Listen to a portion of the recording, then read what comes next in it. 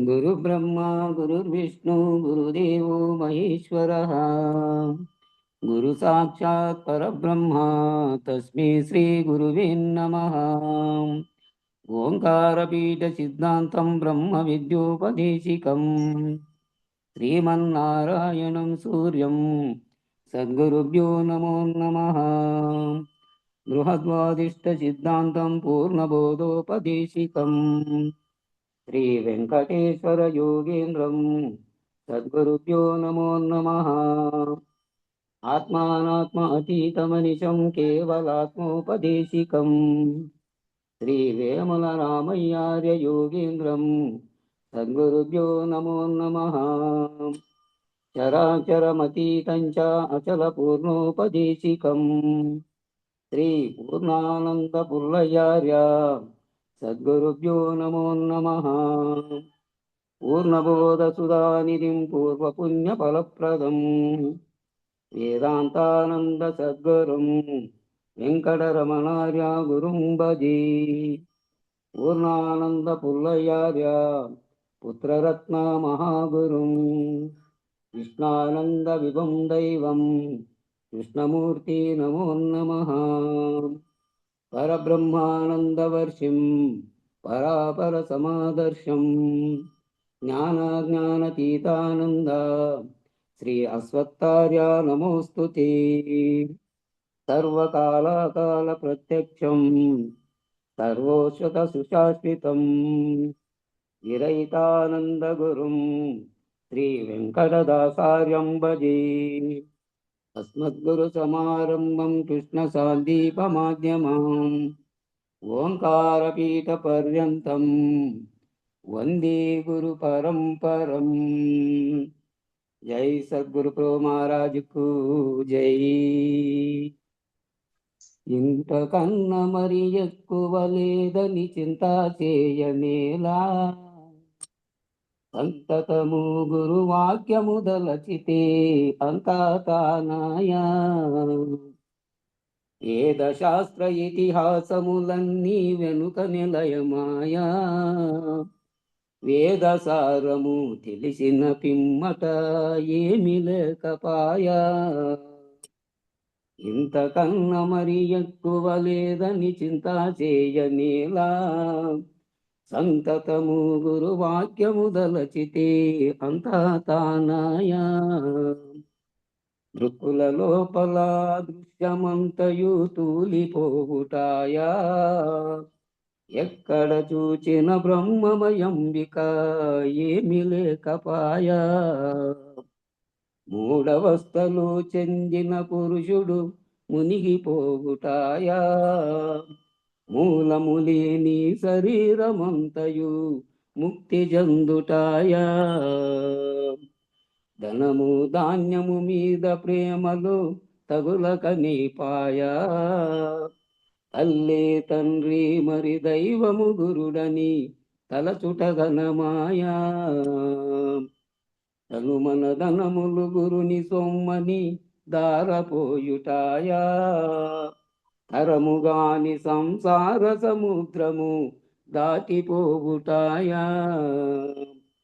సేవ చేసి గురు కీలక మెరిగితే శ్రేష్ఠుండైపాయా.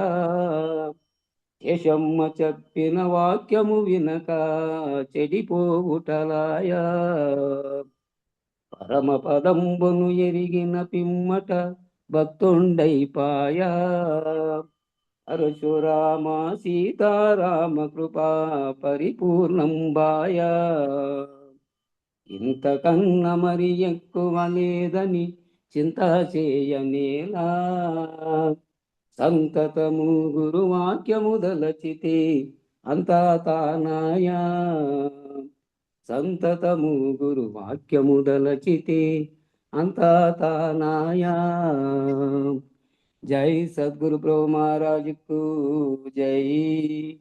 ఇందుగల గురుభక్త మండలికు జై. గురు పరంపరముకు జై. జై సద్గురుదేవ. జై గురుదేవ. అందరికీ జై గురు. గురు పరంపరముకు జై. నిర్వాణ షట్కంలో భాగంగా చేస్తున్న వ్యాఖ్యానంలోంచి ఏం చెప్పామంటే, నిన్న మానవుడు ఏం చేస్తున్నాడు అంటే ఈ సూక్ష్మ శరీరం ఆ స్వభావం ఎలా చెబితే అలా జీవితాన్ని గడుపుతున్నాడు. దాంట్లో ఈ స్వభావం ఏదైతే స్వభావం ఉందో ఆ స్వభావం చెప్పినట్టుగా ప్రవర్తన చేస్తూ జీవితాన్ని నడుపుతున్నాడు. ఏమైందంటే అంత స్పీడ్ అయిపోయింది. స్పీడ్ యుగము, స్పీడ్ యుగం అయిపోయింది. స్వభావం ప్రకారం పరిగెత్తుతున్నారనమాట జగత్తంతా. ఆ మనస్సు దాంట్లో ఏది ఉందో లక్ష్యం దాన్ని పెట్టుకొని తాను కర్తగా మారి తనకు అతీతంగా ఉండేదాన్ని నిదానం అనేది లేకుండా ఆ వస్తుగత రీత్యా శరీరంలో మనసులో ఏర్పడుతున్నటువంటి భావాల రీత్యా ఏర్పడుతున్నటువంటి నీకేమై లక్షణాలు ఏర్పడుతున్నాయో వాటన్నిటి కోసం పరిగెత్తేది అయిపోయింది. ఆ స్పీడ్ వచ్చేదంటే ఇంక తట్టుకోలేవు, పట్టుకోలేవు. అట్లే మాటలు కూడా మాట్లాడడం మొదలు పెట్టామంటే ఇంక ఆ మాటకు ముందు వెనక ఆలోచన అనేదే లేదు. ఇది మాట్లాడవచ్చా, మాట్లాడకూడదా అనే వాక్ సంయమనం లేదు. ముందుగా ఈ 5 రకాలైన తన్మాత్రల్లో శరీర ప్రవర్తనగా చేస్తున్నటువంటి దాంట్లో ఏది చెప్పినటువంటి చెప్పారు శమము, దమము, ఒకటి అంతరంగ చతుష్టయ నిగ్రహము, బాహ్యేంద్రియాల నిగ్రహము. ఈ 2 నిగ్రహాల్లో మొట్టమొదటి చెబుతున్నటువంటిది ఏంటంటే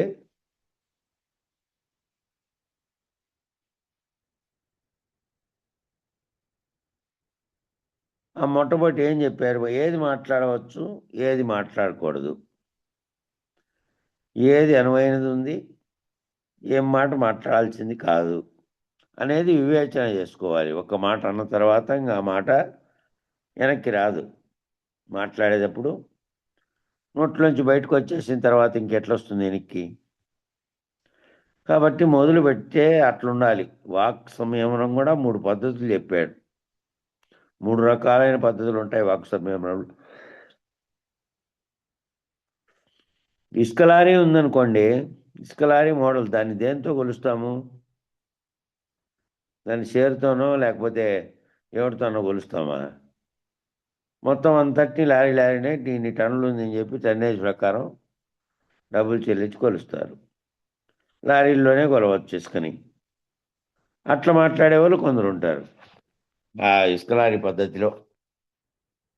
కొంతమంది బియ్యం పద్ధతి, కేవలం బస్తాల్లోనే కొలిసేది దాన్ని. బస్తా ఎంత, అర్ధ బస్తా అయితే ఎంత, ఇంకా షేర్లు అనేది ఇంక మళ్ళీ మామూలుగా మనం కొనాలన్నా అమ్మాలన్నా చెప్పే బస్తా రీతి అది. కొంతమంది వజ్రాల వలె మాట్లాడతారు. ఆ పైన 2 పద్ధతుల్లో కాకుండా ఇసుకలారి ఇసుకలారి ఇసుకలారి పద్ధతిలోనూ 2 పద్ధతులు పోల్చారు. మొదటగా ఉండే పద్ధతిలో మాట్లాడుతూ ఉంటారు. ఆ ఇసుకలారి పద్ధతిలోను బియ్యం పద్ధతిలో కాకుండా వజ్రాలను షేర్తో కొలుస్తామా? లారీని కదా తూకమేసినట్టు ఇసుక లారీని మొత్తం ఇన్ని టన్నులు ఉందని వేస్తామా? కాదు. బస్తాలు ఇన్ని బస్తాలని కాదు. వజ్రం ఒక్కొక్క దాని యొక్క విలువ, దాని క్యారెట్ల బరువు చూసి దాని విలువను లెక్కేస్తూ ఉన్నాం. కాబట్టి కొంతమంది ఎట్లా మాట్లాడతారంటే వజ్రాల వలె మాట్లాడతారు.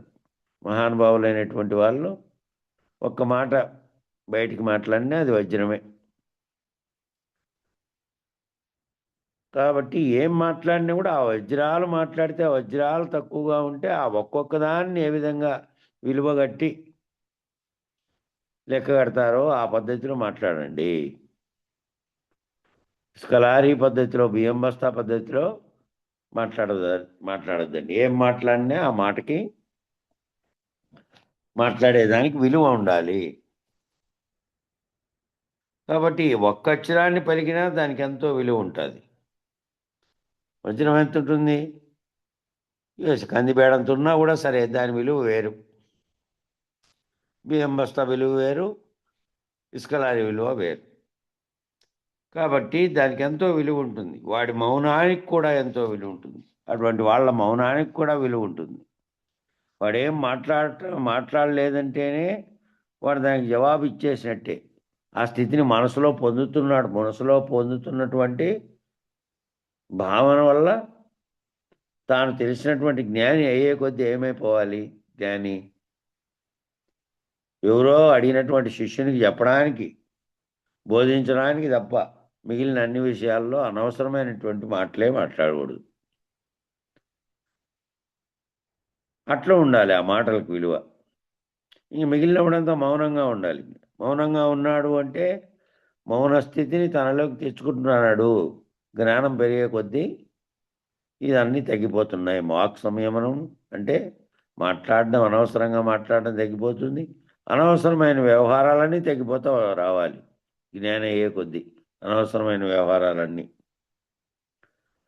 కాబట్టి వాడేం మాట్లాడలేదంటేనే దానికి జవాబు ఇచ్చేసినట్టే. ఇంకా మాట్లాడకపోవటమే, విరమించడమే నా జవాబు. వాక్కు నుండి విరమించేశానండి అంటే విరమిస్తే నేను ఇంకేం మాట్లాడను, ఏం మాట్లాడేది లేదు. నచ్చసోత్ర జిహ్వ అని ఆ శ్లోకంలో వాక్యంలో వాటిని వివరిస్తున్నాడు. అసలు మాట్లాడనిదే పనే చేయలేవు. అప్పుడు ఏమైపోయావు? లౌల్యత, లోలత్వం, వ్యసనం అన్నమాట అది.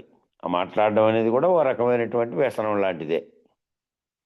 ఊరికే కాసేపు కూర్చోండి, ఆ కాసేపు ఆ చెబుతున్న దాన్ని వినుకుంటా కూర్చోండి అంటే ఆ కాసేపులో ఎవరెవరు ఏదో ఒక మాట్లాడనిస్తారు. ఆ పక్కన వాళ్ళతో మాట్లాడకుండా వాళ్ళు ఊరికే కూర్చొని వినలేరు. ఊరికే కూర్చొని వినే తత్వం రాకుండా అయిపోయింది. ఎందుకంటే మాట్లాడడం అలవాటు అయిపోయింది కాబట్టి. ఎంతగా వ్యసనం బలపడిపోయిందంటే ఇంద్రియాలను కూడా వాడకుండా ఉండలేవు. ఈ నోరుని ఎట్లా మాట్లాడకుండా ఉండలేకుండా ఉన్నావో అట్లా ఇంద్రియాలను కూడా వాడకుండా ఉండనే లేకుండా అయిపోయాను. అసలు వాడకుండా స్థిరంగా ఉండటం చేత కాదు, చేతగానే కాదు. ఎప్పుడు విరమించేది మొదలు పెడితే కదా ముందు. ఆ వాక్కు మాట్లాడాల్సిన పని ఏముంది? పని ఉందా లేదా? ఈ ఇంద్రియాలతో కూడా ఊరికేనే ఇంద్రియాలను పని చేయించాల్సిన పని లేదు.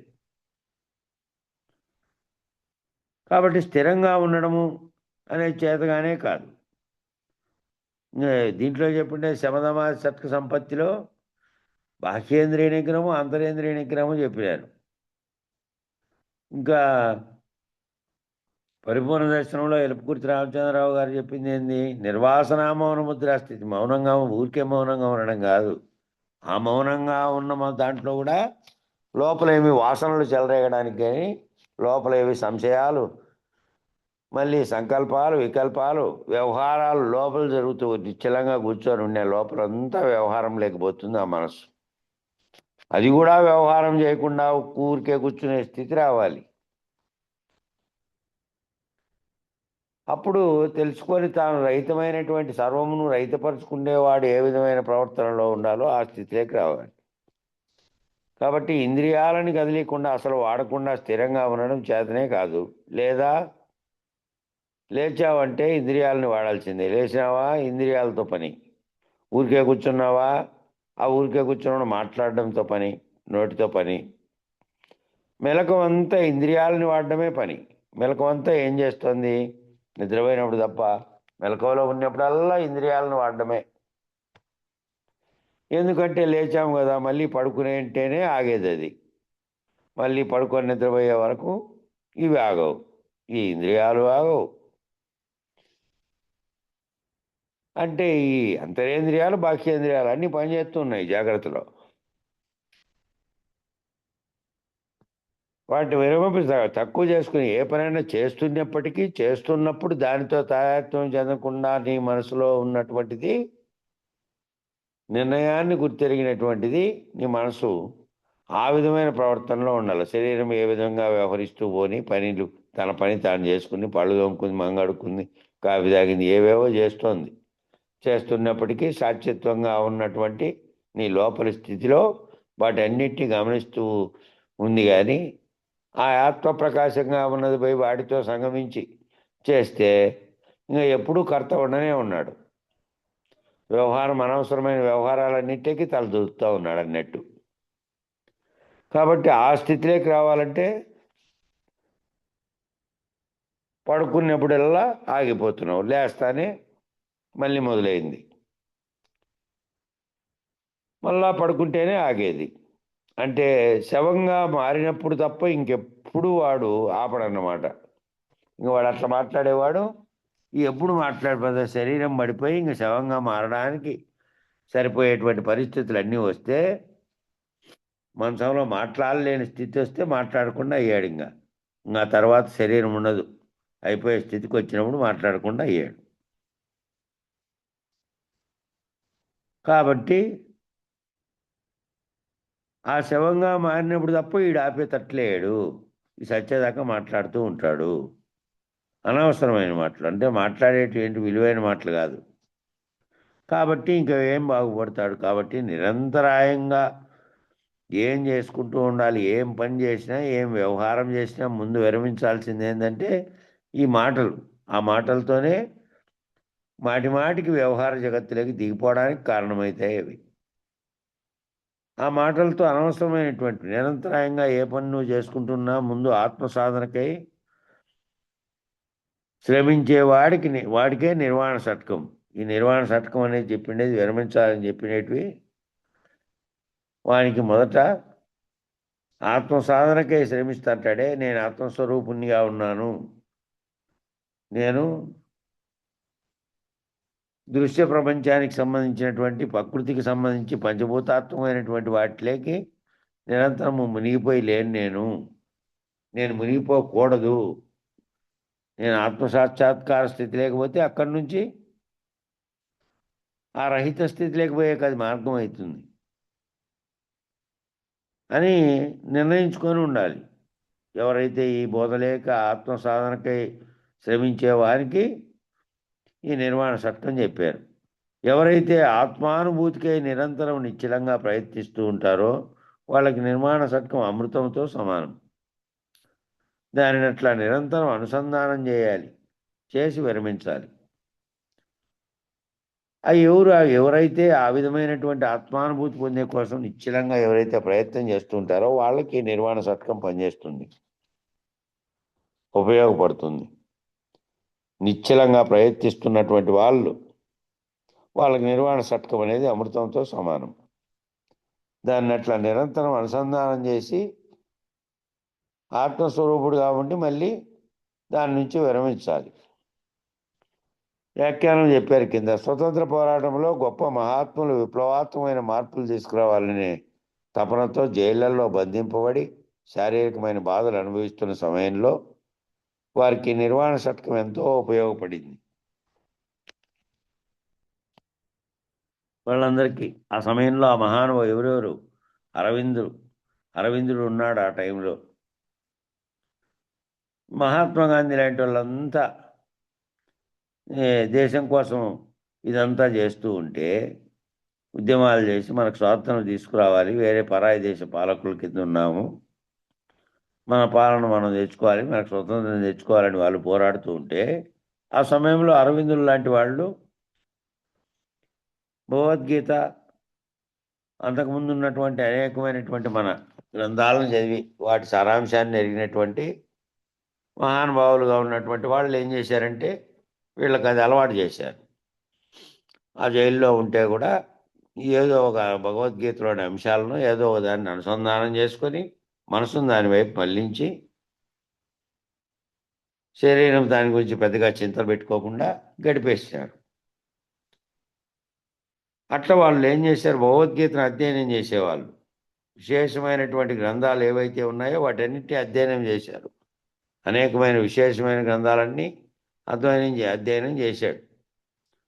గాంధీ కూడా ఇక్కడక్కడ అండమాన్లోని ఇక్కడక్కడ ఉన్నప్పుడు, జైళ్ళల్లో ఉన్నప్పుడు ఆ పుస్తకాలన్నీ చర్చించుకొని మళ్ళీ లెటర్లు కూడా రాసేవాడు.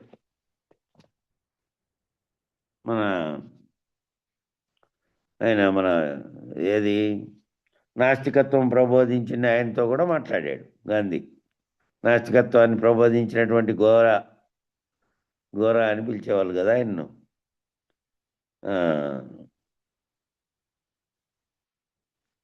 అసలు పేరు ఏంటంటే గోరా, అంటే గోగిని ఆ, గోపరాజు గోపరాజు రామస్వామి, రామస్వామి, గోపరాజు రామస్వామి ఆయన అసలు పేరు. ఆ అక్షరాలన్నీ తీసేసి ఆయన ఇంటి పేరును ఆ రాముని అనే దాంట్లో రా అనే పేర్లు మాత్రం పెట్టుకొని రాశాడు అనేక గ్రంథాలు. ఆయన కూడా ఆయన నాస్తికత్వాన్ని నడిపాడు. నాస్తిక్ కేంద్రాన్ని స్థాపించాడు ఆయన విజయవాడ దగ్గర స్థాపించి దాన్ని చేశాడు. ఆయనతో కూడా ఉత్తర ప్రత్యుత్తరాలు నడిపాడు గాంధీ. నిజం తెలవాలి అని అడిగేవాడు. ఆ నిజం తెలవాలనే దాని మీద అనేక రకాల అనేక మతాల్లో పోయినట్టే వాళ్ళు పోయినారు, హేతువాదులు, చార్వాకులు వీళ్ళంతా. అయితే ఈ ఆత్మ సంయోగనము చేసుకొని మాటలు మాట్లాడకుండా ఈ విరమించిన స్థితిలో ఉండడానికి మనసులో కలగాల్సినటువంటి భావనలు ఎట్లా కలగాలి, ఎట్లా మార్పులు అనే దాని మీద ఎక్కువ శాతం వాళ్ళు ఆ జైల్లో ఉన్నప్పుడు ఆ గ్రంథాలన్నింటినీ తెప్పించుకొని వాటన్నిటిలో వాళ్ళల్లో ఇట్లా వేదాంతపరమైన మహానుభావులు కొందరు ఉన్నారు కాబట్టి స్వాతంత్ర పోరాటం చేసిండే వాళ్ళల్లో వాళ్ళు ఇవి చెప్పేవాళ్ళు వీళ్ళకి, ఈ మిగిలిన వాళ్ళకి, మిగిలిన రాజకీయపరమైన వాళ్ళకి అందరికీ. అట్లా వాళ్ళ జాతికి ఉత్తమమైనటువంటి నాయకత్వాన్ని ఇవ్వడానికి కారణమైంది. మరి వాళ్ళు కూడా ఇట్లా బస్టు పట్టిన రాజకీయ నాయకులు ఉండొచ్చు కదా, ఇప్పుడు పట్టిండే వాళ్ళలాగా.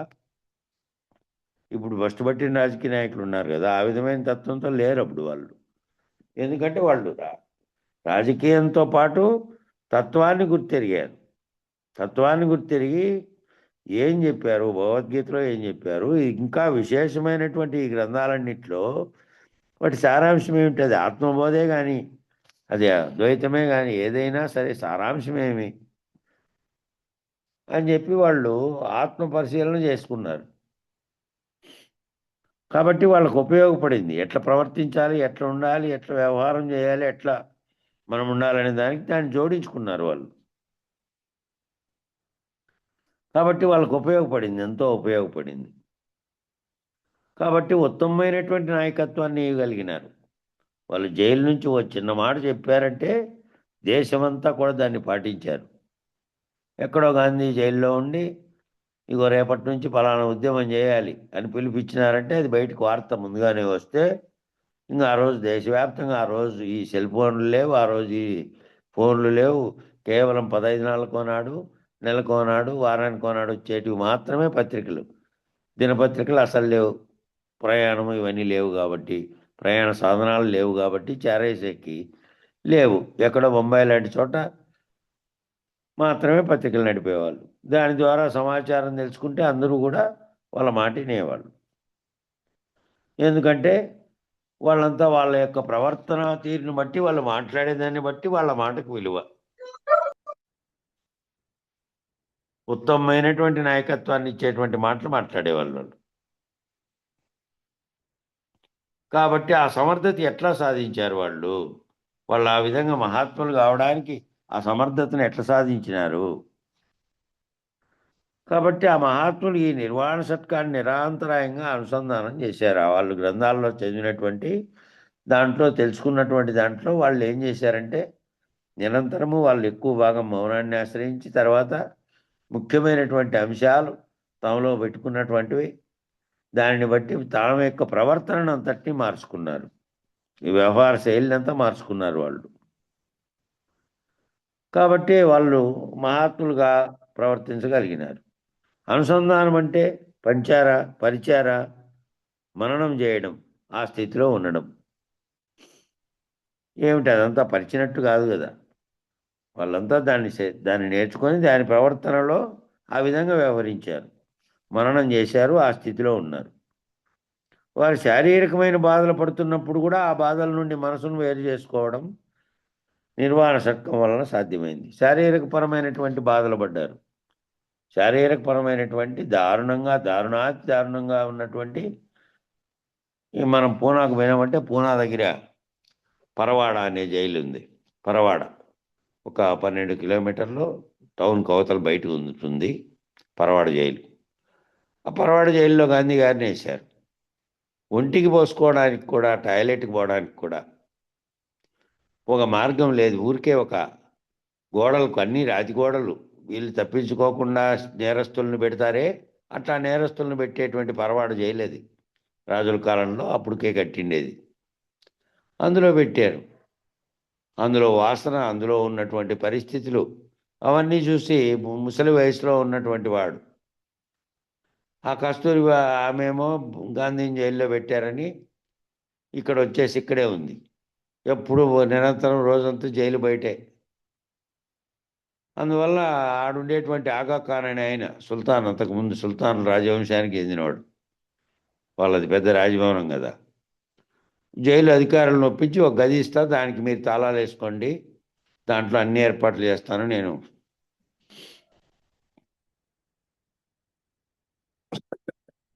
ఈ స్థితిలో ఆ ముసలాయనను చూడాలంటే నాకు చాలా బాధగా ఉంది అని చెప్పారట. అటు వయసు చూసి, ఒక రూమ్ ఇస్తా నేను, ఆ రూమ్కి తాళాలు గాళ్ళంటే వేసుకోండి, మా అన్ని సౌకర్యాలు మా ఆ ప్యాలెస్లోనే ఉంటాయంటే. ఇప్పుడు కూడా ఉంది అది, ఆగా ఖాన్ ప్యాలెస్. ఆ ప్యాలెస్ని ఆయన దానం చేశాడు మళ్ళీ లాస్ట్కు, గాంధీ స్మారకంగా. గాంధీ భార్య లాస్ట్కు ఆయనకు సపర్యలు చేసుకుంటూ ఒక జైలు రూమ్ లాగా కడితే దాంట్లోకి తీసుకొచ్చి పెట్టారు వాళ్ళు పోలీసులు గాంధీని. ఆయన అనారోగ్యం రీత్యా ఏం జరిగిందంటే, గాంధీ విడుదల కాకముందే చనిపోయింది అక్కడనే. ఆ రోజుల్లో తీసుకుపోయేకి ఏం మార్గం లేదు, శవాన్ని తీసుకుపోయే కూడా లేదు, ఏమి ట్రాన్స్పోర్ట్ లేవు, ఇంకా దూరం ఎక్కడో వాళ్ళది గుజరాత్లో వాళ్ళు పుట్టిండేది, చనిపోయిండేది ఇక్కడ పూణేలో. అందువల్ల ఏం చేశారంటే ఈ ఆగా ఖాన్ ప్యాలెస్లోనే పూడ్చారు ఆమె సమాధి ఇక్కడే ఉంది, ఇక్కడ పూణేలో ఆగా ఖాన్ ప్యాలెస్లో. ఆయన ప్యాలెస్లో 2 రూమ్లు ఇచ్చింటే. కాబట్టి వాళ్ళు ఎంత కష్టమైనటువంటి భౌతికమైనటువంటి కష్టాలు వచ్చినప్పటికీ తట్టుకోగలిగి మానసిక స్థైర్యాన్ని పోగొట్టుకోకుండా ఉండగలిగారంటే, ఆ స్థితిలో ఉండగలిగారంటే వాళ్ళు ఆ విధమైనటువంటి వాళ్ళు శాస్త్రరీత్యా వాళ్ళు చదివినటువంటి దాన్ని మనసులో, భావనలో దాన్ని నిలబెట్టుకున్నారు. కాబట్టి ఆ బాధల నుండి మనసును వేరు చేసుకొనడం అనేది అలవాటు చేసుకున్నారు. ఏం అలవాటు చేసుకున్నారంటే, బాధల నుంచి, శరీరానికి వచ్చే బాధల నుంచి మనసును వేరు చేసుకున్నారు. మనసుతో దుఃఖించడం కాదు, శరీరానికి బాధలు వచ్చినాయి కాబట్టి మనసుతో దుఃఖించే స్థితిలో ఉంటే ఏమవుతుంది, ఇంకా సామాన్యమైనటువంటి స్థితిలో నుంచి వేరుపడాలి కదా. వచ్చేటువంటివన్నీ వస్తూనే ఉన్నాయి, ఆ వస్తున్న దానికి ఏమి కారణం లేకుండా వచ్చినట్టు కూడా ఉన్నాయి, కారణంతో చేసేటివి వచ్చి కొన్ని తప్పులు చేస్తే వచ్చేటివి ఉన్నాయి, అన్నీ ఉన్నాయి. కాబట్టి వాటన్నిటినీ, ఆ బాధల నుండి మనసును వేరు చేసుకోవాలి. నిర్వాణ షట్కం వల్ల సాధ్యమైంది. ఈ శ్లోకములకి ఇటువంటి మహత్తరమైనటువంటి నిర్వాణ షట్కంలో చెప్పిన శ్లోకాలు ఏంటంటే, విరమించుకోవడం, ఒక్కటొక్కటిగా విరమించుకునేటువంటి ఆ శ్లోకాలు చెప్పారు. ఆ తన్మాత్రలతో నీకేవేవైతే నిన్ను ప్రభావితం చేస్తున్నాయో, నీ శరీరంలో ప్రభావితం చేస్తున్నాయో, విషయాలు ఏవేవి ప్రభావితం చేస్తున్నాయో నీలో, వాటి నుంచి విరమించడం అనేది నేర్చుకోవాలి. గురువు గారు అడుగుతున్నారు, ఏం చెప్పారు గాంధీ గారు? ఓ చెంపను కొడితే రెండో చెంప చూపెట్టమన్నారు. ఎట్లా చూపెట్టాలి అంటే, ఇప్పుడు మనం ఒక మాట అంటేనే ఊరుకోవట్లేదు, ఇంక చెంపను కొడితే ఊరుకుంటామా? వాడి మీద గృహహింస కేసు పెట్టి వాడిని లోపలేస్తాం. మరి అది ఏంది, బయట కాదు, బయటోడు కాదు, ఇంట్లో కూడా కొట్లాడుకోవడం మొదలైంది అనుకో, ఇంట్లో వాళ్ళతో అయిపోయాయి. ఇంక ఏ రకమైనటువంటి బోధనలు, గొడవలు అన్నిటికీ కారణమైంది ఆ ఈగో అనే పదం వచ్చింది చూడండి. ఇడ్ అనే పదం ఇంతకుముందు చదివిన దాంట్లో వచ్చింది. ఆ ఇడ్ అనేదే నేననేటువంటి అహంకారం. మొత్తం అన్నిటికీ కారణమైనటువంటి నేననే అహంకారం వస్తుంది. మాట అంటేనే ఊరుకోట్లే, చెంపన కొడితే ఊరికే ఉంటారా? వాడి మీద కేసు పెట్టి లోపలేస్తారు. మరి అహింస అంటే ఏమిటి? యమనియమాదులలో మొట్టమొదటిది ఏంది? అహింస, సత్యం, ఆస్తేయం, బాధించకుండుట. మాటల ద్వారా ఏం చేస్తున్నాం మన మాటలు కూడా బాధిస్తాయి. శరీరమే పోయి కొడితే కాదు బాధ, మాటలు కూడా బాధిస్తాయి. కాబట్టి అహింస పాటించడం అంటే ఎక్కడి నుంచి పాటించాలి? ముందు మాటలతోనే పాటించాలి, మొదలుపెట్టాలి. మాటలతో కూడా ఎవరిని బాధించకుండానటువంటి, హింసించకుండానటువంటి స్థితిలోకి ముందు రావాలి. కాబట్టి ఏం చేస్తున్నాం మాటలతో అంటే బాధిస్తున్నాం. వాడిని ఎన్ని ఖండఖండాలుగా చేయవచ్చో అన్ని ఖండఖండాలుగా చేస్తే కానీ మనసుకు ఆనందం కావట్లేదు దీనికి. ఈ కొట్లాడేవానికి ఏముందంటే, వాడు కొట్లాడింటే వాడిని ఎన్ని రకాలుగా మాటలని, ఆ మాటలను 10 మందితో అని, ఆ 10 మంది వాళ్ళని కూడా ప్రేరేపించి వాళ్ళు తిడతా అంటే వీడు ఆనందపడతాడు. వాళ్ళు కూడా వాడిని తిట్టారు, నేను కూడా తిట్టా, వాళ్ళందరూ కూడా ఇట్లండ్రి, ఇదే కథ. కాబట్టి ఎన్ని ఖండఖండాలుగా చేయొచ్చో అన్ని ఖండఖండాలుగా చేసి ఆ ఖండాలుగా వాడిని తిడితే ఆనందపడతారు. అట్లా చేస్తే కానీ ఆనందపడకుండా ఉండేటువంటి స్థితిలో వీళ్ళు ఉన్నారు మరి. కాబట్టి ఆ ఎక్కడో రాక్షసులందరూ కూడా ఎక్కడో వేరే చోట ఎక్కడో జీవిస్తున్నారు. వాళ్ళకి ఇట్లా ఆకారాలు ఉన్నాయి, సూదిగోర్లు ఉన్నాయి, బాణపట్టలు ఉన్నాయి, కింద నీ ఉన్నాయని వర్ణించినటువంటి ఏమీ లేవు. అవన్నీ వాని యొక్క ప్రవర్తన రీత్యా ఊరికే చెప్పారు అంతే. అందుకని దానికి పోలిక చేసిన వాళ్ళు కూడా ఉన్నారు. పోలిక చేస్తూ మన ఇదే హేతువాదులు రాసినటువంటి ఒక గ్రంథంలో ఎక్కడ పెట్టారంటే, ఒక తల్లి కుమారులైనటువంటి వాళ్ళే అయినప్పటికీ విభీషణుడు, కుంభకర్ణుడు, రావణాసురుడు ముగ్గురు అట్లా ఉన్నప్పటికీ, అన్నదమ్ములుగానే ఉన్నప్పటికీ వారి వారి శరీరాలు వారి వారి దానిలో వర్ణన వేరువేరుగా చేశాడు కవి. నిజానికి అట్లా ఎందుకుంటాయి? ముగ్గురు ఒక తల్లి పిల్లలు, ఒక జాతి, అది రాక్షస జాతి. దేవతలు రాక్షసులు అని అంటే ఏంది? ఆ రెండు పదాలు రెండు కూడా ఒక్కడే కదా తండ్రి ఒక్కడే కదా. ఆ ఒక్క తండ్రిలో నుంచి దితి అదితి అనేటువంటి ఇద్దరు భార్యలు కలిగి ఉంటే ఆ ఇద్దరు భార్యలకు పుట్టినళ్ళే వెళ్ళి. రాక్షసత్వంగా ఉన్న వాళ్ళందరికీ ఆకారంలో ఏదో ఉన్నాయి, వాళ్ళంతా ఇనపగోర్లతో ఈ విధమైన ఉన్నారు కానీ అని కాదు. ప్రవర్తన రీత్యా వాళ్ళు ఏ ప్రవర్తన చేస్తున్నారు, వీళ్ళు ఎట్లా ప్రవర్తిస్తున్నారు, దైవీ భావంతో దేవతలు ఎట్లా ప్రవర్తన చేస్తున్నారు, రాక్షస భావంతో ఉండేటువంటి వాళ్ళు ఎట్లా ప్రవర్తన చేస్తున్నారు అనేదే ముఖ్యమైనది. ఆ వర్ణన కవి ఇష్టం వచ్చినట్టుగా వాళ్ళ యొక్క ప్రవర్తనను బట్టి రాశాడు. ఆ ముగ్గురు అట్లెంటుకుంటారు. ఈయనకు 10 తలకాయలు ఉన్నాయి, ఆయనేమో 22 కిలోమీటర్ల పొడవు ఉన్నాడంట. ఆ కవి యొక్క ఊహా చమకృతి చేత అన్నీ వివరించారు. 22 కిలోమీటర్లు ఎక్కడ పండుకున్నాడు, ఎట్లా పండుకున్నాడు? 22 కిలోమీటర్లు ఏడ చూసినా గుట్టలు, సదరంగా ఉండే నేలే లేదు అన్నట్టు. సముద్రంలో పోయి పండుకోవాలి, ఇంకా ఏదన్నా ఏర్పాటు చేసుకొని సదరంగా ఉండాలంటే. అట్లా వేరువేరుగా హేతువాదులు ప్రశ్నించినారు కవులు. వాళ్ళు ఆ విధంగా రాక్షసత్వంగా ఉన్నవాన్ని వేరే వేరే విధంగా, కుంభకర్ణుని ఒక రకంగా, విభీషణుడిని ఒక రకంగా, సాత్వికంగా ఉన్నటువంటి దైవీ గుణాలతో ఉన్నాడు కాబట్టి విభీషణుడు. ఇక అహంచేత శాస్త్ర పండితులైనప్పటికీ కూడా అహంచేత, అహంకారం చేత అన్ని శత్రుత్వంగా మార్చుకొని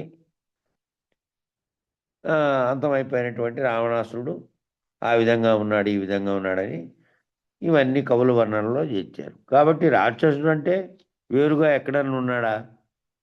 వేరుగా ఎతికితే చూడండి, ఇక్కడ ఏం చెప్పాడు? రాక్షసుడు అంటే ఎక్కడున్నాడు? ప్రత్యేకంగా బయట ఎక్కడో లేడట. అందరూ మనలోనే జీవిస్తున్నారు. రాక్షసులంతా మానవుల్లోనే, కొందరు రాక్షస భావంతో, కొందరు దైవీ భావంతో ఉన్నారు. కాబట్టి ఎక్కడో లేరు, మనలోనే నివసిస్తున్నారు. రాక్షసులు మనలోనే ఉన్నారు, దేవతలు మనలోనే ఉన్నారు. బయట ఎక్కడో లేరు.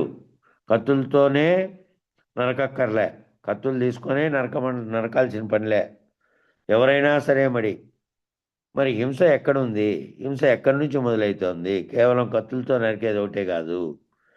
అంతకుముందే మనకు వచ్చినటువంటి, మనం ఇంతకుముందు చదివినటువంటి దాంట్లో అహింస అనే దాని మీద కూడా వచ్చింది.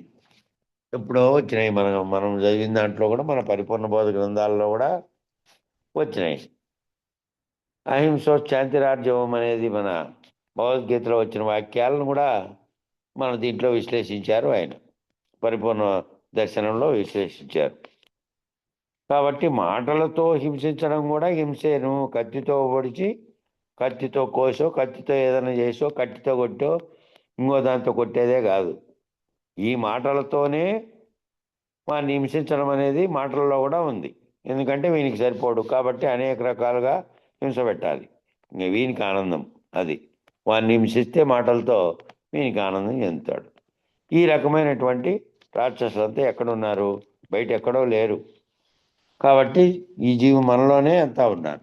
వాళ్ళంతా కత్తులతోనే నరకక్కర్లే ఎవరినైనా. అహింస ఎక్కడుంది అంటే ఆనాటి కాలంలో మరి అహింస అనే పద్ధతి ఎందుకు ఎన్నుకున్నారు? స్వాతంత్ర పోరాటానికి అనేక దేశాల్లో అనేక చోట్ల తిరుగుబాట్లు జరిగినాయి. చాలా ముందుగా తిరుగుబాటు చేసిన దేశాలు ముందుగా స్వాతంత్రాన్ని పొందాయి. అవన్నీ తిరుగుబాట్లు చేసి, యుద్ధాలు చేసి అవన్నీ పొందినప్పటికీ సర్వము నష్టపోయినాయి. జపాన్ లాంటి దేశాలు యుద్ధంలో నష్టపోయినాయి.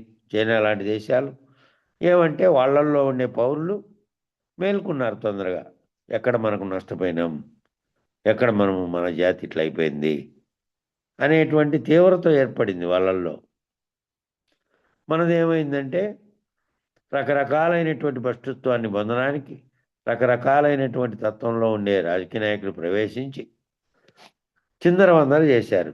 ఒకటే రీతిలో నడిపించగల నాయకుడు మళ్ళా ఎవరు లేరు. మళ్ళీ ఎవరు అట్లా తత్వంతో ముడిపడినటువంటి, జ్ఞానంతో ముడిపడినటువంటి, దాన్ని తెలుసుకున్నటువంటి నాయకుడు ఎవరైనా వచ్చింటే, ఇప్పుడు ఒక రకంగా మోడీ ఏమంటే ఆయనకేమి స్వార్థాలు లేవు కాబట్టి ఏంటి పిల్లలో ఏంటో ఇంకోటి కావాలనో, లేకపోతే ఇంకొక వారసత్వంగా ఒకటి కావాలనో, రాజకీయంగా వారసత్వం కావాలని ఇలాంటివి ఏమీ లేవు కాబట్టి డబ్బు పరమైనవి అవినీతి చేసేటివి ఏమీ లేవు కానీ పరిపాలన అయితే చేస్తూ ఉన్నారు. వాళ్ళ రాజకీయ అంశాల పట్ల వాళ్ళు కూడా కొన్ని చోట్ల వాళ్ళ ప్రభుత్వాలంటే స్వార్థం ఒక రకంగా, ఇంకో చోట ఇంకో రకంగా ప్రవర్తన చేస్తున్నారనుకోండి. అయినప్పటికీ ఇట్లా అయిపోవడానికి కారణమైనటువంటి స్థితి అప్పట్లో లేదు. వాళ్ళందరూ ఎందుకు అయినారట్లా? అప్పుడు కాలంలో ప్రపంచవ్యాప్తంగా చాలామంది చాలా దేశాల్లో మహానుభావులు వారి యొక్క దాన్ని బట్టి ఆ మార్పులు చెందిన వాటివన్నీ అభివృద్ధి పథంలో నడుస్తున్నాయి. ఎందుకంటే వాళ్ళందరికీ పౌరులు ఎప్పుడైతే మారతారో, పౌరులు ఎప్పుడైతే ఉత్తములవుతారో అప్పుడు ఆ పైన నాయకులు ఉత్తములుగా ఉన్న వాళ్ళు ఉంటే ఈ కింద పౌరులు కూడా ఉత్తములుగా తయారయ్యే అవకాశం ఉంది. కాబట్టి వాళ్ళంతా గొప్పగా అయిపోయారు అంటే కారణం ఏమిటి? మరి ఆ కాలంలో స్వాతంత్ర సమరయోధులైనటువంటి మహాత్ములైనటువంటి వారు ఆ దెబ్బలు తిన్నా కూడా ఎందుకు తట్టుకున్నారు? ఎందుకు? ఒక లక్ష్యం పెట్టుకొని ఆ లక్ష్యం కోసం శరీరం యొక్క దెబ్బల్ని గుర్తించలే వాళ్ళు. లాఠీలతో కొట్టినా గుర్తించలే. లాలా లజపతి రాయ్ లాఠీల దెబ్బలతోనే అనారోగ్యానికి పాలై ఆసుపత్రిలో మళ్ళీ చనిపోయాడు. ఆయన లాఠీ దెబ్బలు కొట్టాడు. అది చూసి తట్టుకోలేకనే అటువంటి గొప్ప వ్యక్తిని కొట్టంగా చూసినటువంటి వ్యక్తి ఇక తీవ్రమైన కోపోద్రేకంతో ఓ రివాల్వర్ సంపాదించుకొని ఆ కొట్టిన వ్యక్తిని కాల్చిపారేశాడు. మళ్ళీ ఉరి తీశారనుకోండి ఆయన్ను. బ్రిటిష్ ప్రభుత్వం కాబట్టి పట్టుకొని ఉరి తీసింది. చంద్రశేఖర్ ఆజాద్ ఆయన లాలా లజపతి రాయని కొట్టినటువంటి వాళ్ళని గుర్తుపెట్టుకొని ఓ రివాల్వర్ సంపాదించుకొని కాల్చిపారేశాడు. ఏంటంటే ఆయనకు పాపం ఆయనకు బాధ అయింది. ఆయన అంతగా తీవ్రమైన తాదాత్మ్యం చెందాడు. గాంధీ మహాత్మునికి కాలంలో వీళ్ళంతా ఆయన అనుచరులే. లాలా లజపతి రాయ్, బిపిన్ చంద్రపాల్ వీళ్ళందరూ. కాబట్టి ఈ చేసేటటువంటివి స్వాతంత్ర సమరయోధులుగా ఉన్నటువంటి ఇది ఉండాలి అని ఎందుకు ప్రతిపాదించారంటే ఈ హింసతో వద్దు, కాల్చి చంపడాలు వద్దు, కొట్టుకోవడాలు వద్దు, నిరాహార దీక్షలాగా చేసి ఎన్నాళ్ళకైనా వాళ్ళని కదిలించగలుగుతాం, దేశవ్యాప్తంగా అందరూ ఈ విధంగా చేద్దామన్నట్టు స్వాతంత్ర సమరయోధులు మహాత్ములైనటువంటి వాళ్ళు దెబ్బలు తిన్నా కూడా శరీరం నుంచి మనసును వేరు చేసుకున్నారు. శరీరంతో తాయత్వం చెందింటే వాళ్ళు కుంగిపోయి ఉండేవాళ్ళు, దిన్నం ఏడ్చుకుంటూ ఉండేవాళ్ళు. శరీరం నుంచి మనసును వేరు చేశారు కాబట్టి మనసు నుంచి మళ్ళీ ఏం చేశారు? నేనుని వేరు చేశారు. నేననే తత్వం ఉంటే ఆ నేననే అయ్యో నేను గొప్ప, నేను ఇది అనే అహంకారం వచ్చిండేది మళ్ళీ అక్కడ. కాబట్టి నేనుని కూడా వేరు చేశారు. శరీరం నుంచి మనసుని, మనసు నుంచి నేనుని వేరు చేశారు. అలా వేరు చేయడం ద్వారా ఏమైంది అంటే ఆ లక్ష్యాన్ని సాధించగలిగారు. అట్లా వేరు చేశారు కాబట్టి లక్ష్యాన్ని సాధించగలిగారు. లేకపోతే కొడుతూ ఉంటే మళ్ళా కొట్టమనే వాళ్ళు ఎవరైనా ఉన్నారా? నువ్వు ఎన్ని కొట్టినా సరే మేము మాత్రం స్వాతంత్ర నినాదాన్ని వదిలిపెట్టము అని అన్నారా? వందే మాత్రం అనే నినాదాన్ని విడిచిపెట్టకుండా కొడుతూనే ఉన్నారు. కేవలం వందే మాత్రం అనే పదం అన్నందుకు జైల్లో పోయినటువంటి వాళ్ళు ఉన్నారు. నువ్వు అనడం ఆపేయి, నిన్ను తీసేస్తాం, నిన్ను ఉరి తీస్తామన్నా కూడా విడిచిపెట్టలే. 1919లోనే ఉస్మానియా విశ్వవిద్యాలయం ఏర్పడింది.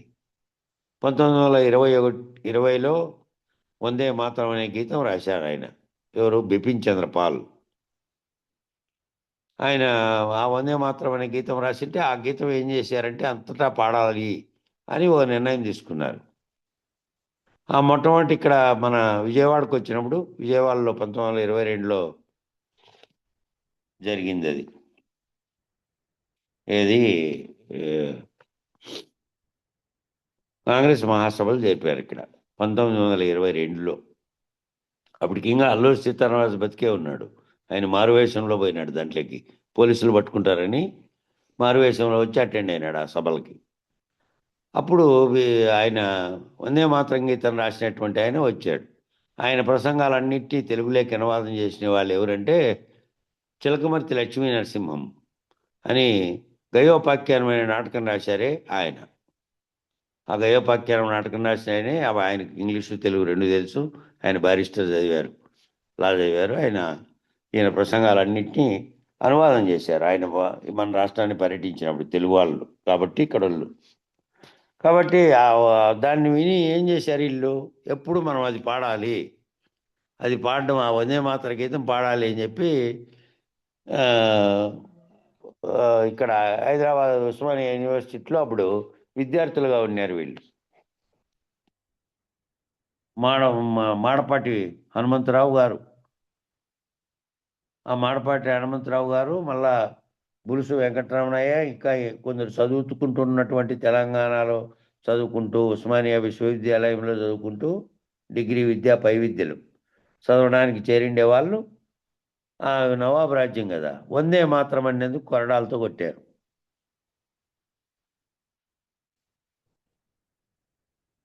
కొట్టి జైలు షిట్ చేస్తాము, ఈ కాలేజీలోంచి డిస్మిస్ చేస్తామంటే చేసుకోపోండి, ఇంకా జీవించేక అప్పటికేమి దీనివల్ల అనేది లేదు కదా. ఏం పని చేసుకుని జీవించగలము, ఏదో పని చేసుకొని జీవించుకుంటాం పోండి, చదువుగాలు ఆగిపోతే అన్నట్టుగా లెక్క చేయలే వాళ్ళు.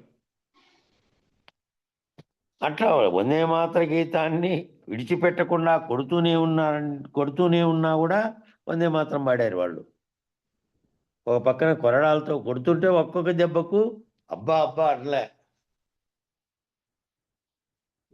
కొట్టినప్పుడల్లా వందే మాత్రం అనే అన్నారు. కాబట్టి ఇప్పుడున్న ప్రపంచంలో అలాంటి వాళ్ళు ఉన్నారా? ఎలా సాధించగలిగారు వాళ్ళు? ఆ నిర్వాణ సట్కాన్ని అనుసంధానం చేశారట. మరి నేను వేరే, శరీరం వేరే, మనసు వేరే, ఈ మూడు దేనికది విడిపోయి ఉన్నాయి వాళ్ళకు. వాళ్ళన్నింటినీ ఏకం చేసి దాంట్లో నుంచి తాదాత్మ్యం చెందలే వాళ్ళు. కాబట్టి వాళ్ళు కొట్టినా వందే మాత్రం అన్నారు, ఏం చేసినా వందే మాత్రం అన్నారు. ఇవన్నీ ఎట్లా, ఎందుకు చేశారు, ఎట్లా సాధ్యమైంది వాళ్ళకి?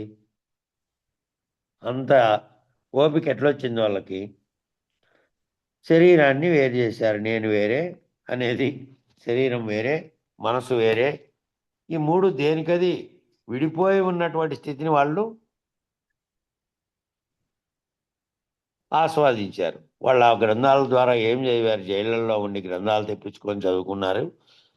ఆయా గ్రంథాల్లో దాన్ని వారి వారి భాషల్లోకి చెప్పేటువంటి మహానుభావులు కూడా జైల్లోనే ఉన్నారు. వీళ్ళందరూ ఆ అరవిందులు లాంటి వాళ్ళు, ఆ బిపిన్ చంద్ర పాల్ లాంటి వాళ్ళు, బాలగంగాధర తిలక్ లాంటి వాళ్ళు, వీళ్ళందరూ ఎట్లా, ఎందుకు ఎదిగారు ఆ స్థాయికి అంటే అట్లా ఎదిగారు వాళ్ళు. విడగొట్టారు వాళ్ళు. నేను వేరు, శరీరం వేరు, మనసు వేరే, ఈ మూడు మూడుగా ఉన్నటువంటి దానితో నేను తాదాత్మ్యం చెంది ఆ తాదాత్మ్యంతో నేను శరీరం యొక్క దాంట్లో స్థితిలోకి దిగొచ్చినటువంటి స్థితిలో అయితే వాళ్ళు ఓర్చుకోలేరు. కాబట్టి సుఖదుఖాలను అధిగమించగలిగినటువంటి స్థాయిని వాళ్ళు దాంతో సాధించారు. సుఖదుఖాలని అధిగమించాలి మనము. సుఖదుఖాలను సమానంగా చూడగలిగినటువంటి స్థితి, దుఃఖానికి కృంగిపోవడం, సుఖానికి పొంగిపోవడం, మళ్ళా అదే కావాలనుకోవడం, ఇది వద్దనుకోవడం, ఈ రెండు పరిస్థితులన్నీ మనసు దేని పట్ల స్థాయత్వం చెందుతుందో దాన్ని బట్టి వస్తున్నాయి. కాబట్టి సుఖదుఖాలను అధిగమించగలిగేటువంటి స్థాయిని వాళ్ళు దాంతో సాధించారు. ఆ అతీత లక్షణము ఈ నిర్వాణ షట్కంలో ఉంది. ఆ అతీత లక్షణం ఈ నిర్వాణ షట్కం ద్వారా మీరు కూడా పొందొచ్చు. ఆ అతీత లక్షణం ఉంది. వ్యాఖ్య చెప్పారు, ఈ శ్లోకంలో సూక్ష్మ శరీరం ఆత్మ కాదని పూర్తిగా నిషేధింపబడింది. అదేవిధంగా తర్వాతి శ్లోకంలో స్థూల శరీరం కూడా ఆత్మ కాదని నిషేధింపబడింది.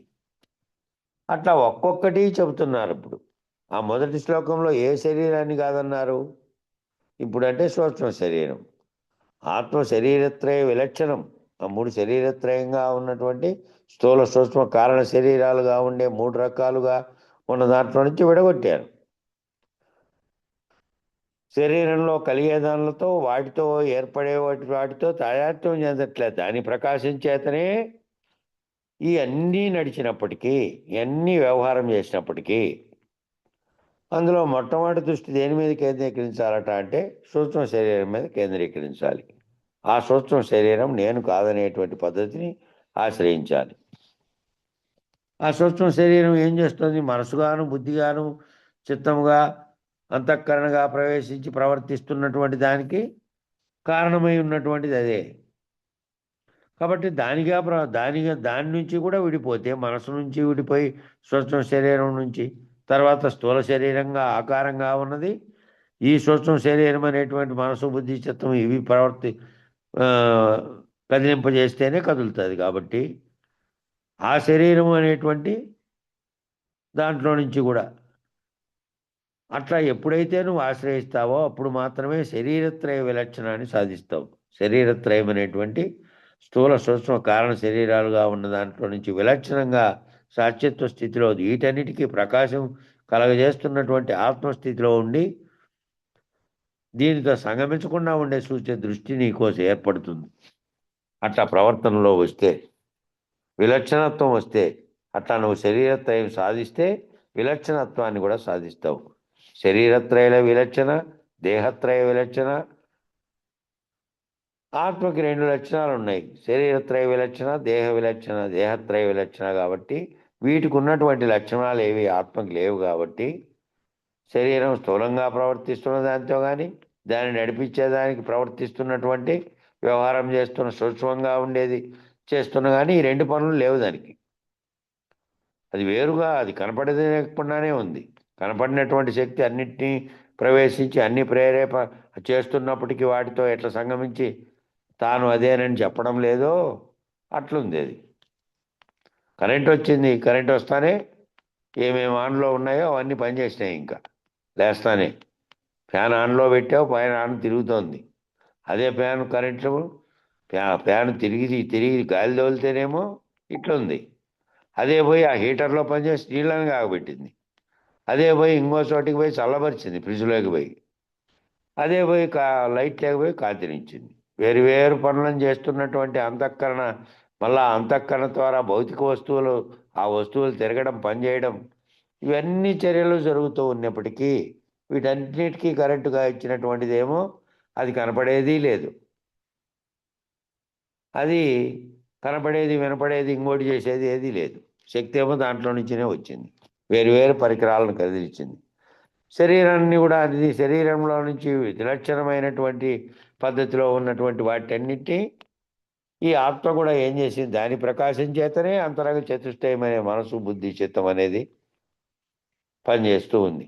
దాని చేతనే మెలకు వచ్చినప్పుడు స్థూలదేహం అంతా కూడా ఆ అంతరంగ చతుష్టయం ఎక్కడ కదిలిస్తే, ఎక్కడ కదిపితే, ఎక్కడ మార్పు చేస్తే, ఎక్కడ పరిణామం, ఎక్కడ దేనితో ఏ విధంగా సంగత్వం చెందాలో అటు సంగత్వం చెందుతోంది. స్థూల సూక్ష్మ కారణ శరీరాలుగా ఉన్నవన్నీ. కాబట్టి ఆత్మగా ఉన్నటువంటి దానితో ప్రకాశంతో ఇవన్నీ నడుస్తున్నప్పటికీ వీటన్నిటినీ విడగొట్టి శరీరత్రయ విలక్షణంగా దేహత్రయ విలక్షణంగా వీటికి ఉన్నటువంటి లక్షణాలు ఏవి లేవు, ఆత్మకు లేవు అని నిరూపితంగా అయ్యేటువంటి స్థితిలో నువ్వు సాక్షిగా నువ్వు ఎదగాలి. ఆ ఎదిగినటువంటి ఆ ఆత్మస్థితిలో నుంచి కూడా దాటుకునే పద్ధతిని చెప్పిండేదే అచలం. ముందు ఇదంతా సాధించకుండా, ఇదంతా తెలియబడకుండా ఈ స్థితిలోకి నువ్వు మనసు కానీ శరీరం కానీ విలక్షణమైనటువంటి స్థితిలోకి నువ్వు రాకుండా ఆ నేనని పలుకుతున్నది మళ్ళీ వ్యవహారంలో యథాప్రకారం వ్యవహరిస్తూ ఉన్నటువంటి స్థితిలో నుంచి నువ్వు ఆత్మను నిరూపితం చేసుకొని ఆత్మస్థితిలోకి ఎదగలేవు. కాబట్టి ఇవన్నీ ఈ విలక్షణమైనటువంటివన్నీ ఆత్మకేమీ లేవు. కాబట్టి ఆ రెండో దాంట్లో ఏం చెప్తున్నాడు, నచ ప్రాణో నచ ప్రాణసంజ్ఞో నవై పంచవాయు నవా సప్తధాతుర్నవా పంచకోశ నవాక్ పాని పాదం నచోపస్థ పాయు చిదానందరూప శివోహం శివోహం.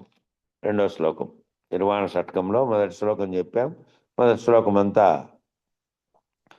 పంచ తన్మాత్రలతో కూడినటువంటి దాంట్లో ఏమి విరమించుకుంటూ పోవాలి, అవి ఏమేమి తెలుస్తున్నాయో నీకు వాటి ద్వారా ప్రవర్తించేటువంటి స్థితిలో నుంచి విరమింపజేసే స్థితిని అక్కడ చెప్పారు. ఇక్కడ రెండోది ఏం చెప్తున్నారంటే నచ ప్రాణ సంజ్ఞో నవై పంచవాయు అన్నారు. ప్రాణము సంజ్ఞ అంటే గుర్తు అనంగానే ఏమైందంటే నేను అనంగానే నీకేం తోస్తోంది, శరీరం నేనని తోస్తోంది. ప్రాణ సంజ్ఞ దాని పేరు. ప్రాణం ఉంది కాబట్టి ఆ ప్రాణం అనే గుర్తు దానికి పేరు. ప్రాణం ఉన్నంతసేపే ఈ తోలుతిత్తి ఆడుతుంది. తోలుతిత్తి ఎంతవరకు ఆడుతుంది? ప్రాణం ఉంటేనే కదా కదిలేది. ప్రాణం ఉంటే కదులుతుంది, ప్రాణం ఉంటే అన్నీ చేస్తుంది. ప్రాణం ఉంటే ప్రాణం ఉన్నంతసేపే తోలుతిత్తి ఆడుతుంది. ఆ ప్రాణం సంజ్ఞ పక్కకే పోగానే ఆ ప్రాణ సంజ్ఞ ఏదైతే ఉందో అది పక్కకు పోగానే ఏమైంది, ఇంక శరీరము కుప్పగూలిపోయింది. ఆ తోలుతిత్తులో ఒక బూరలో గాలి ఊదాము, గాలి తీసేసాము, ఏమైపోయింది? ఓ బూర నిండా ఉబ్బేటట్టుగా గాలి ఊపినాము. ఊపిరిబుట్టలు లాంటివి ఉన్నాయే బూరలు, దాన్ని బూరలు అంటారు అక్కడ ఆంధ్రాలో. దాన్ని ఊపి పెట్టాము, అంత నిండుగా ఉంది. అంతే, ఒక్క క్షణంలో ఎవడో వచ్చి సూదితో బొక్క పెట్టాడు. గుండు సూది అట్లా సన్న బొక్క పెడితే చాలు, కాసేపట్లో మెల్లిగా పోయినప్పటికీ కూడా ఓ 5 నిమిషాల్లోనే గాలి అంతా పోతుంది, మొత్తం పోయింది. అట్లా ఈ తిత్తిలో ఉండే ప్రాణం అనేటువంటి ఆ సంజ్ఞ ఏదైతే ప్రాణవాయువు లోపలికి ఆడి ఆ ప్రాణవాయువు నుండి మనసుతో కలిసి ప్రవర్తిస్తున్నటువంటిది అది ఉందో ఆ చలనాలు కలిగినంతసేపే ఇది ఏదైనా చేస్తుంది. ఆ చలనాలు ఎప్పుడైతే లేవో పోయింది అంతే, ఒక క్షణంలో. ఆ ప్రాణ సంజ్ఞ పక్కకు పోగానే ఏమైంది? శరీరము కుప్పకూలిపోయింది. ఓ తోలి తిత్తిలో ఓ బోరలో గాలి తీసేస్తే ఏమైపోయిందో, ఒక గాలి తీసేసినటువంటి అంతవరకు ఉబ్బినటువంటి ఆ బూర ఏమైందో అట్లా ఇది కూడా అయిపోయింది, అంతా పోయింది ఒకేసారి. కాబట్టి ఇది కూడా అంతే. కానీ మనం జీవితం అంతా దేనికి ప్రాధాన్యత ఇస్తున్నాము? దాంట్లో ఉండేటువంటి ప్రాణవాయువు, అది చేస్తున్న మనసు, దానికి కారణమైనటువంటి ఆత్మ, దాంట్లో ఈ విధమైన రీతులు ప్రవర్తించడానికి కారణమైన వాటిని కనుక్కోకుండా ఈ తోలుతిత్తికే ప్రాధాన్యత ఇస్తున్నాం. ఈ తోలుతిత్తిని సుఖపెట్టడమే జీవితంగా పెట్టుకున్నాం. దీనికి అన్ని సౌకర్యాలు కావాలి, ఏమేమి ఏర్పాటు చేసుకోవాలో, ఆ సుఖాలు మరిగినటువంటి ఆ స్థితిలో దానికి మళ్ళీ ఏమేం కావాలో, దానికి తినడానికి ఏం కావాలో, సుఖం పొందడానికి ఏం కావాలో, కష్టం లేకుండా ఉండడానికి ఏం కావాలో అన్నీ ఇవే ఆలోచన చేయడమే సరిపోతుంది. జీవితం అంతా జీవితం అంతా ఏం చేసిందంటే ఆ తోలుతిత్తినే ప్రాధాన్యం ఇచ్చి ఆ తోలుతిత్తిని సుఖపెట్టడం కోసమే జీవితాన్ని పెట్టుకున్నాం. మనం పుట్టినదే అందుకన్నట్టు చేస్తున్నాం. ఈ జీవితం అంతా వెనక్కి తిరిగి చూస్తే ఏం కనపడింది? ఏం కనపడింది? వెనక్కి తిరిగి చూస్తే ఆ గాలితిత్తి అంతకు మించి ఏం లేదు. ఈ గాలితిత్తి పుట్టింది, పెరిగింది, వ్యవహరించింది, నానా రకాల ప్రవర్తించింది, మళ్ళీ గాలితిత్తి గాలి పోయే స్థితిలోకి వచ్చింది. లాస్ట్లో ఉన్న గాలి పోతే ఏమీ లేదు ఇంకా. కాబట్టి ఆ ఏమైపోయింది అంటే ఆ గాలితిత్తి అంతకుమించి ఏం లేదు, అంతకుమించి వేరే ఏమీ లేదు. శరీరం అంటే గాలితిత్తే. ఆ బెలూను, ఆ రబ్బర్ బోర లాంటిది, ఊదినంతసేపు గాలి ఎంతసేపు ఉందో అంతసేపు ఉంది, అంతసేపు వ్యాకోచిస్తుంది. ప్రాణశక్తి తగ్గిపోతూ ఉంటే మళ్ళీ ముడుచుకుంటూ పోతుంది. అంత పెద్ద లావైనటువంటి పెద్దది బెలూన్ పైకి ఇడిచిపెట్టినా సరే, అంత పటిష్టమైనటువంటి దాంట్లో చర్మంతో తయారు చేసిపోయింటారు బెలూన్లో. ఈ మధ్య ఇప్పుడు పెద్ద పెద్ద పర్వతాల మీద ఆ, ఈ పర్వతం మీద నుంచి ఆ పర్వతానికి పోయేవాళ్ళు, వాళ్ళంతా గాలి ఊపడానికి కారణమైనటువంటిది ఆ కింద మంట మండిస్తూ ఉంటారు. ఆ మంటకు వ్యాకోచం చెందితే దాంట్లోకి గాలి ప్రవేశించి అది అట్లా వేలాడుతూ పోతుంది. ఒక్క పైన ఒక దెబ్బలంతో బొక్కబడిశారనుకోండి, దాంట్లో కూర్చోండే 10 మంది ఆ బెలూను క్షణకాలంలో కిందికి వచ్చి పడిపోతుంది. కాబట్టి అట్లా అట్లాంటిది శరీరంగా అంతసేపు ఆ గాలి ఉన్నంతసేపు వ్యవహరించింది. ఒక్క బొక్కలోంచి ఆ గాలి పోయితేనే ఏమైంది? బెలూన్ కదా కింద పడినట్టు శరీరంలోంచి గాలి పోతే అన్నీ పోయినాయి. కాబట్టి రబ్బరు బోర లాంటిది, ఊదినంతసేపు ఏకోపిస్తుంది. ప్రాణశక్తి తగ్గిపోతూ ఉంటే ముడుచుకుపోతుంది. వృద్ధాప్యం వచ్చే కొద్దీ ఏమైంది? అవంతకవే అన్ని ముడతలు వచ్చేసినాయి. అవంతకన్నే ఉబ్బిన శరీరం అంతా పోయింది. అంత ఆకారాన్ని, అంతకుముందు కలిగిన ఆకారం ఏమీ లేదు ఇంకా. అటు నుంచి ఏడుదాకా ఒక కట్టి ఉన్నట్టు ఉంది అంతే. ఒక కట్టి పండుకోబెడితే ఎట్లుందో అట్లా అన్నీ ఆ ఎముకలు పుల్లల్లాగా అన్నీ కనపడుతున్నాయి. ఎండిపోయిన చెట్టు ఏ విధంగా కనపడుతుందో పుల్లలు పుల్లలు, దానికంతా ఆకులు కొమ్మలు నిండుగా లేకుండా ఎట్లా పుల్లలు పుల్లలు కనపడుతుందో ఎండిపోయిన చెట్టు ఒకటి అయిపోయింది. అది యవ్వనంలో ఉన్నప్పుడు గుర్తుంటుందే? యవ్వనంలో ఉండేటప్పుడు గుర్తుంటుందే? అన్నిటినీ నా కళ్ళ ముందు చుట్టూ ఉండేటువంటి చూస్తూనే ఉన్నారు కదా. మళ్ళా ఇట్లా అయిపోతుంది ఈ దేహము, ఈ కంపలాగా అయిపోతుంది. ఉన్న ఆకులన్నీ రాలిపోయి అన్నీ రాలిపోయి ఉత్తకంప మిగిలినట్టుగా అవుతుంది అని ఎప్పుడైనా మంచి యవ్వనంలో ఉన్నప్పుడు గుర్తుంటుందే? ఉండదు. ఎందుకనంటే ఏది శాశ్వతం అనే ప్రశ్నే నీకు అప్పుడు కలగలేదు కాబట్టి, అది శాశ్వతం అనే భావనలో నువ్వు ఉన్నావు కాబట్టి.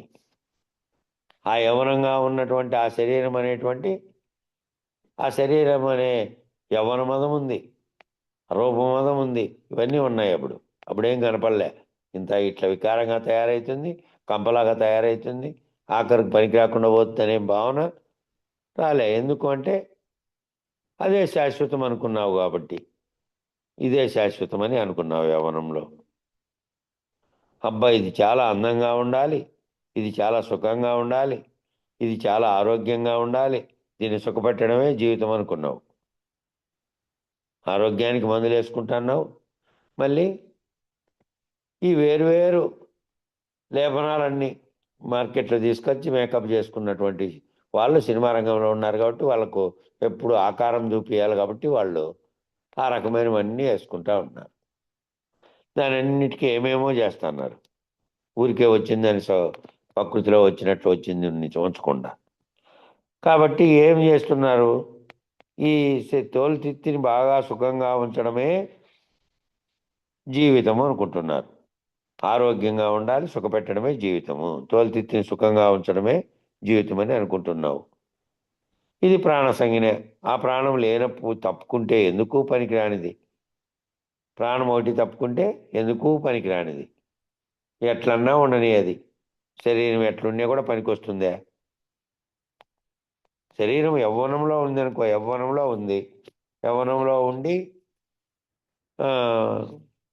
ఏదో వచ్చింది ప్రమాదమో ఇంకోటో వచ్చి మంచి అందగత్తిగా ఉన్నామే శరీరం ప్రమాదానికి గురై ప్రాణం పోయింది అనుకోండి. గొప్ప సుందరి ఏం చేయాలి ఇప్పుడు? ప్రాణ విలువ లేని ప్రాణం ఉంటేనే కదా ఆ శరీరానికి ఉన్న అందానికి, దాన్నంతా గుర్తించడానికి, దాని విలువ ఎక్కడుంది? దాని విలువ ప్రాణం పోతానే విలువ లేదు. కాబట్టి ప్రాణం అనేది, ఆ ప్రాణం ఏముంది? ఆ ప్రాణము ఉన్నంతసేపే ఆ తోలుతిత్తికి విలువ. కాబట్టి నచప్రాణో సంగినో ఒక్క మాటతో తీసి అవతల పెట్టేశాడు. ఈ ప్రాణం ఉంటే, ఈ ప్రాణం ఉండేటువంటి గుర్తుంటే, ఆ ప్రాణం ఉంటేనే దానికి విలువ. కాబట్టి నువ్వు ఎంతో గొప్పదనుకున్నటువంటి, ఎంతో అందంగా ఉన్నదని, ఎంతో ఆరోగ్యంగా ఉన్నదని, ఎంతో సమర్థవంతమైందని, ఎంతో గొప్పదని చూసుకుంటున్నటువంటి శరీరాన్ని ఒక్క మాటతో ఏమన్నాడంటే, ఈ ప్రాణం తీసేస్తే దీంట్లో ఏమన్నా ఉందా? ఒక్క ప్రాణం అనేది పక్కకు తప్పుకుంటే ఎందుకు పనికిరాదు. తెగిన చెప్పుతో కూడా సమానం కాదు. దాన్ని మళ్ళా కుట్టించుకొని వాడేసుకుంటాడు. ఆ తెగిన చెప్పును కుట్టించుకొని వేసుకుంటున్నాడు. ఈ శరీరానికి ఏమైనా గాలి కొట్టావు, లేకపోతే ఇంకోటి చేసావు, ఇంకోటి చేస్తే ఉంటుందే? ఆసుపత్రిలో పోయి ఆక్సిజన్ పెట్టు, ఇంకోటి పెట్టు, ఆ మళ్ళా 10 నాళ్ళు ఎక్స్టెన్షన్ అవుతుంది. ఏంది ఎక్స్టెన్షన్ అవుతుంది? ఊపిరి పీల్చుకోవడం ఒకటే. అప్పటికే వాడు ఏమీ మాట్లాడలేడు, గుర్తించలేడు, ఏమీ లేడు. గుర్తించేది పోయిన తర్వాత శరీరం పోయినట్టే. శరీరం అంతా ఊపిరి పీల్చుకుంటుంది. 9 సంవత్సరాలు 8 సంవత్సరాలు కోమాలో ఉండి చనిపోయిన వాళ్ళు ఉన్నారు. ఎన్టీ రామారావు ఆయన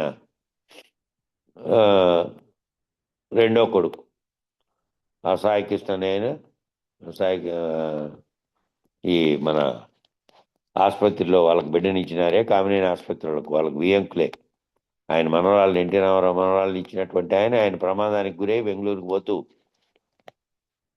దాంట్లోనే ఉన్నాడు అట్లే. ఇంకా వాళ్ళ మామే కాబట్టి ఆయన ఆసుపత్రిలో పెట్టుకొని 9 ఏళ్ళలో 8 ఏళ్ళకో ఇది అయిపోయినాడు. అంతవరకు ఊరికే ఆక్సిజన్ ఏమో పీల్చుకుంటున్నాడు, కానీ అన్నీ ఇవే పోతున్నాయి, లిక్విడ్లు పోయి ఆ శరీరం ఊరికే ఉంది.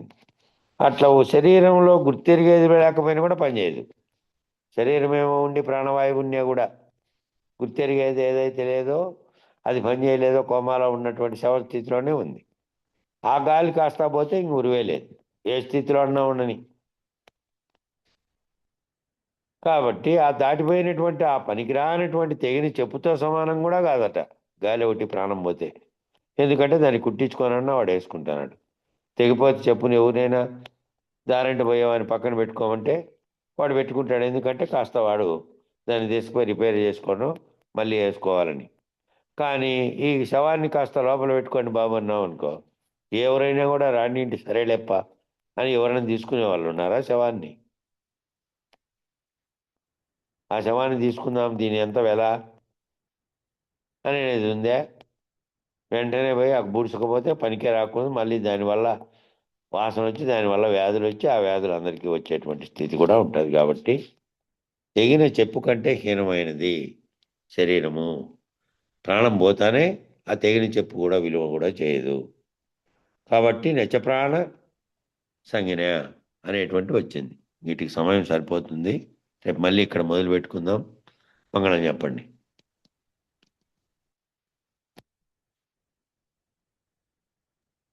జై సద్గురు ప్రభు మహారాజుకు జై. మంగళము శ్రీ సద్గురు వరేణ్య, మంగళము అచలార్య మహితాతీత,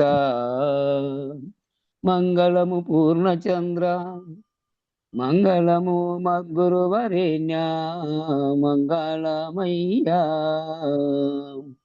ఈయరు కాని కంకితమయ్యా, మంగళమిదే గొలుమా మద్గురు దేవనా, అంగలింగములను భంగము చేసిన సంగరహిత కేవలాత్మ పొంగుచును మీ పాద పద్మం చెంగిటను నే చేరి ఎరుక ప్రాంతిని రహిత చేస్తిరి, మంగళమయ్యా. ఈ ఎరుకని కంకితమయ్యా, మంగళం గురుదేవాయ మహనీయ గుణాత్మని, సర్వలోక శరణ్యాయ సాధు రూపాయ మంగళం. జై శ్రీ వెంకటాంబ సమేత పూర్ణానంద పుల్లయార్య సద్గురు బ్రహ్మరాజకు జై. జై శ్రీ వేదాంతానంద వెంకట రమణార సద్గురు బ్రహ్మ మహారాజుకు జై. జై శ్రీ విష్ణానంద కృష్ణమూర్తార సద్గురు బ్రహ్మ మహారాజుకు జై. జై శ్రీ జ్ఞానాజ్ఞానతీతానంద అశ్వత్థార సద్గురు బ్రహ్మ మహారాజుకు జై. జై శ్రీ వీరయితానంద వెంకటదాసార సద్గురు బ్రహ్మ మహారాజుకు జై. ఇందుగల గురుభక్త మండలీకు జై. గురు పరంపరముకు జై. జై సద్గురుదేవ. అందరికీ నా ద్వాదశి వందనాలు గురుదేవ. జై